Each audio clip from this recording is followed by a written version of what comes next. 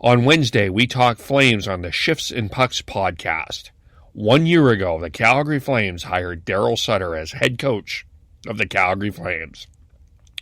How much of an impact has he made on this team? Some would say he is the captain of the Flames. Thing with this version of the Flames is they can play it any way. They can play it gritty. They can play it high skill. They can play it end to end. It's fun to watch. I feel like it's been a long time coming for Flames fans, and to see this type of hockey, and it's all to Darryl Sutter. I'm going to say right now, Darryl Sutter is the captain of this team. Period. They don't need a player captain. They lead by from Darryl Sutter, and he is the captain. That's an interesting take. He's almost like he's the heart and soul of the organization in a lot of ways. He's the conscience of the organization. It's very rare that you would hear that take to a coach, especially when in the NHL coaches are moved along in a high rate. Like, I mean, to change for the sake of change because of panic. It's very interesting that you say that. Yeah, I mean, there are a bunch of players on this team that could be labeled as captain. We talked about Tanev in the offseason. It sounds like Lucic is massive within that room. And some might argue Michael Backlund, since he's one of the longest tenured players on the team as well. But it all comes down to Darryl Sutter, his system. And when you look for leadership, you look for somebody to set the pace. And Darryl Sutter, at the end of last year, even though we criticized him by not playing the younger players, he set a precedent going into the offseason that the players better come back ready. And they did. And again, in the preseason, we saw three different groups. There's the NHL group, AHL group, and the younger junior players, all in different sessions and ice times. And to me, that just shows a lot of leadership from the top down, and everybody's following his suit. And Darryl Sutter, it was questioned at the beginning whether or not his system, his old school system, is going to work. But hey, no matter what, hard work pays off, period. And especially if you have a buy-in from your players, you're seeing exactly what happens to an organization when you do have that. I think the other thing too is you also saw what so you can't flip a switch and fix what was, like, other than going into the season compared to last season when Darryl took over. There was one major player went out in Mark Giordano, and then they made a big signing, the big money signing with Blake Coleman, and brought him in. But for the most part, all the key players that were there last year and underperforming are here this year and performing at or above expectations. So Sam Bennett was on his way out too, which you would think that would be sorry, I just want to make a point just with Sam Bennett. Just you would think that he would have been a Darryl Sutter type player, right?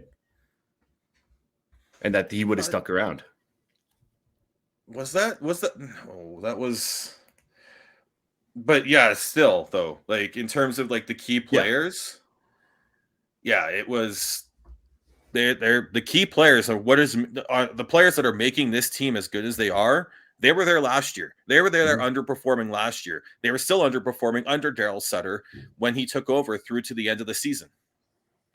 It takes a while. And I think that you have to have some patience, and you have to be able to communicate and be able to do and get through to them. And Darryl has. It said it wasn't a snap. It wasn't a switch that was turned on when he was hired in the middle of the season last year. But he had to set the standard and demand it day in and day out, going from last season and going and through the off season and into the training camp and into the season this year. And you are seeing the buy-in with this team now. Yeah, I mean, and I guess goes back to also, I think it's a modicum of respect. I think, really, Jeff Ward. I think he sounds like he's a wonderful human being, but I don't think the team had the same amount of respect towards him that they did to Darryl Sutter. Bill Peters, yeah, Glenn Gullickson. I think most of the time he kind of looked like he wasn't quite in his element as a head coach. He might be better as an assistant coach in Edmonton. But this, and I also, but I think what the other thing what Darryl Sutter has done, and you know, this he scratched Adam Ruzicka and Dylan Dubé for Brad Richardson and Brett Ritchie. And on Saturday, Twitter went, and a lot of people were like, "What the hell are you doing? Why are you scratching Dylan Dubé?" And there's this tweet, and I'm not singling this person out. I'm just pointing out this tweet as something that I feel like encapsulated where a lot of people were going. Just wondering what that fourth line brings to the table apart from being air quotes physical. Certainly, Dubé and Ruzicka can be more impactful in a game than Brad Richardson and Brett Ritchie. I'll start with my own theory, and we'll see where this goes. I think that it's in part physical, the physical play, because I think you go after that first goal, that Richardson, Ritchie, Lewis line went and had a bang crash shift, and turned the tide a little bit. But I think that Brad Richardson and Brett Ritchie know and understand their role in this hockey team. As much as we are loath of the fact that Brett Ritchie does not have a single point this year, I don't think Darryl Sutter gives one hill of beans. I don't think Darryl Sutter cares one bit about Brett Ritchie scoring. He wants Brett Ritchie to go out and do exactly what he's done. And Brad Richardson, the same thing. He knows that he's a fourth line player. He plays it. He plays that game that way, and he knows his role. Whereas Adam Ruzicka and Dylan Dubé, Dubé, I think, still has some higher expectations of where he wants to be. And Ruzicka is still learning the National Hockey League. So I think that understanding the role, being mature about what their role is, and just simply doing it, I think that would be how I would answer that question. Am I off base there, or? I don't think so. My definition of a fourth line is win faceoffs, play hard, and play well defensively. That's pretty much in a perfect world, that is what a fourth line does. And if they provide offense, fantastic. And it goes to the whole cliche of getting pucks in deep and banging and crashing. If your fourth line does those things, you'll be successful. And it will take a lot of a massive load off of your top end talent to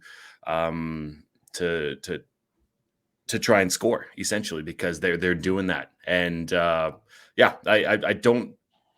agree with you, Kev. I don't think that Darryl Sutter really gives a shit whether or not Brett Ritchie has a goal or not. Brett Ritchie is there for some leadership. He's there to do those things on the fourth line, and every once in a while, he's dropped the gloves a few times this year. One resulting in an ankle injury, but that is exactly what he's here for. Is for that leadership and to bang, crash, and keep pucks out of the net. He's the new age goon. A little bit. I think it is understanding your role and playing it. And I think it's also just there's a style and that Darryl wants to play. And when the Flames are successful, that all 12 forwards are playing that style. And Ruzicka and Dubé are still on the younger side of things and still need to learn and improve. I think we need to be willing to have the conversation about, are we rushing players into the NHL too quickly these days? We're having that conversation in Vancouver with Höglander and Podkolzin right now. And Dubé and Ruzicka are all still cutting their teeth at the NHL level. And you look at those last two games, and Richardson and Richie don't move the needle for a lot of fans because they want the younger players, they want the future and all that, but they're still getting the job done. I mean, at least Richardson. Richie's still a work in progress. I honestly wouldn't have him in there instead of Dubé or Ruzicka, but I have all day for a Brad Richardson on your fourth line. Wins faceoffs.